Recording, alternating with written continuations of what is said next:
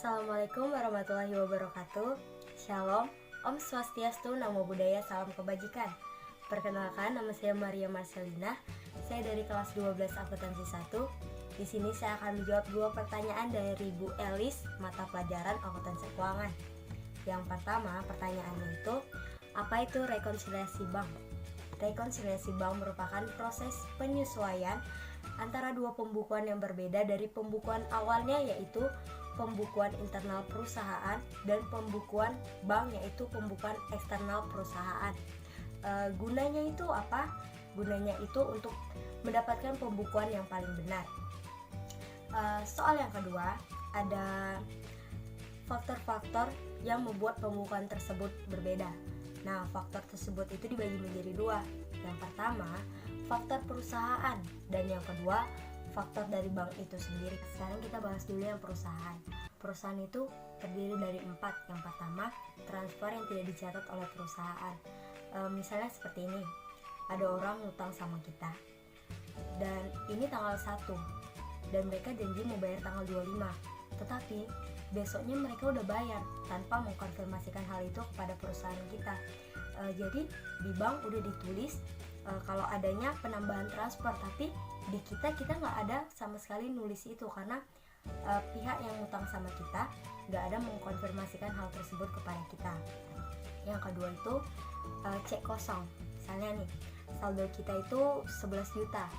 Nah, tapi kita nggak tahu kalau saldo kita itu 11 juta. Jadi kita mau minta cairin 12 juta ke bank. Kita kasih tuh ceknya ke bank 12 juta. Tetapi bank tolak karena saldo kita yang hanya 11 juta. Jadi di kita udah buat kita mau narik 11 juta, tapi karena saldo yang kurang, jadinya bank sama sekali tidak tulis. Itu termasuk yang membuat pembukuan berbeda. Nah, yang ketiga, adanya biaya ADM. Kita nggak tahu kapan biaya ADM itu ada. Nah, hanya bank yang tahu biaya ADM itu ada. Jadi di bank udah ditulis biaya ADM-nya, kita nggak tahu biaya ADM kita itu berapa. Nah, yang keempat, adanya pendapatan bunga. Nah, yang pendapatan bunga ini sama juga kayak biaya ADM. Hanya bank yang tahu pendapatan bunga kita berapa sesuai dengan saldo yang kita punya. Pendapatan bunga kita itu berapa. Jadi di bank udah dibikin pendapatan bunganya itu berapa, tapi kita nggak tahu. Jadi itu yang membuat perbedaan antara pembukuan kita dengan pembukuan bank. Nah, selanjutnya kita akan bahas tentang faktor dari bank. Yang pertama itu adalah setoran dalam perjalanan. Apa sih setoran dalam perjalanan itu? Nah, misalkan hari ini itu tanggal 31 akhir bulan. Kita mau setor duit ke bank, tetapi waktunya tuh sore hari. Nah, kalau kita setor duit sore hari, bank tidak akan memproses hari ini, tetapi kebesokan harinya. Nah, di kita udah buat kita setor duit sesuai nominal itu, tetapi di bank belum ditulis karena mereka akan proses kebesokan harinya. Nah, itu merupakan salah satu faktor yang membuat pembukuan menjadi berbeda. Nah, yang kedua itu adalah ada cek yang beredar. Nah, cek yang beredar itu apa sih?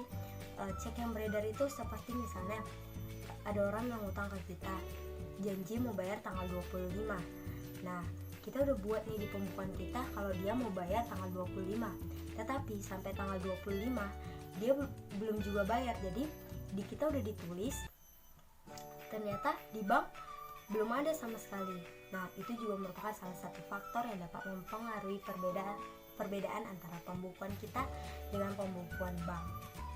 Sekian jawaban dan penjelasan dari saya. Semoga dapat bermanfaat bagi diri saya sendiri dan bagi orang lain. Terima kasih.